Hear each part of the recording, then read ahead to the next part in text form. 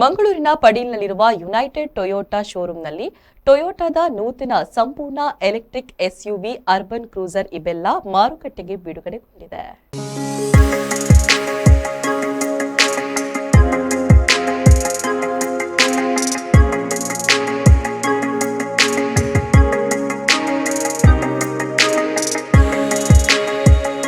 ನಗರದ ಪಡೀಲ್ನಲ್ಲಿರುವ United Toyota ಶೋರೂಂನಲ್ಲಿ ಟೊಯೋಟಾದ ನೂತನ ಸಂಪೂರ್ಣ ಎಲೆಕ್ಟ್ರಿಕ್ ಎಸ್ಯುವಿ ಅರ್ಬನ್ ಕ್ರೂಸರ್ ಇಬೆಲ್ಲಾ ಮಾರುಕಟ್ಟೆಗೆ ಬಿಡುಗಡೆ ಮಾಡುವ ಕಾರ್ಯಕ್ರಮಕ್ಕೆ United Toyota ಶೋರೂಂನ dealer principal Aroor Ramgopal Rao ಅವರು ದೀಪ ಬೆಳಗಿಸುವ ಮೂಲಕ ಕಾರ್ಯಕ್ರಮಕ್ಕೆ ಚಾಲನೆಯನ್ನ ನೀಡಿದರು.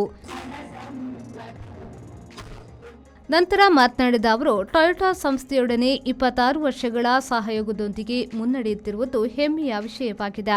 ಈ ಸಂದರ್ಭದಲ್ಲಿ ಟೊಯೋಟಾ ಸಂಸ್ಥೆಯ ಮೊಟ್ಟಮೊದಲ ಎಲೆಕ್ಟ್ರಿಕ್ ಕಾರನ್ನು ಬಿಡುಗಡೆಗೊಳಿಸುವ ಸುಸಂದರ್ಭವಾಗಿದೆ ಎಂದು ಹೇಳಿದರು.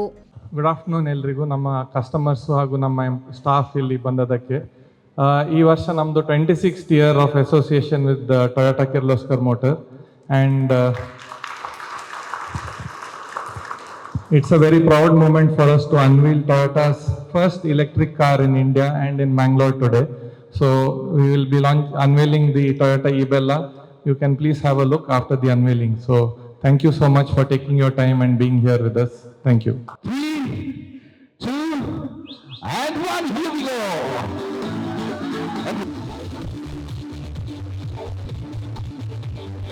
ಕಾರ್ಯಕ್ರಮದಲ್ಲಿ ಕ್ಲಸ್ಟರ್ ಹೆಡ್ ಸರ್ವಿಸ್ನ ಅಶ್ವಿನ್ ಕುಮಾರ್, ಸೇವಾ ವ್ಯವಸ್ಥಾಪಕರಾದ ಉದಯ್ ಪೂಜಾರಿ, ಮಾರಾಟ ವ್ಯವಸ್ಥಾಪಕರಾದ ರಾಮ್ ಕುಮಾರ್ ಮತ್ತು ಸಿಬ್ಬಂದಿ ವರ್ಗದವರು ಉಪಸ್ಥಿತರಿದ್ದರು. We have to explain about the new urban cruiser Ebella, the electrified, which was just recently launched from the Toyota.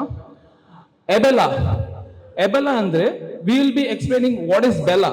Bella means the Italianly beautification ಅಂತ ಹೇಳ್ತೇವೆ. So we can explain and elaborate the Ebella has an electrified beauty. So this is not the first pioneer like introduced in India is the first electric vehicle from the Toyota. But as for the Toyota thing, Toyota is pioneer in the electrification from past 30 years. Toyota has a legacy in electrification from past 30 years for the innovation and leadership of electrification technology. Toyota introduced the electric vehicle in 1996 with the introduction of RAV4.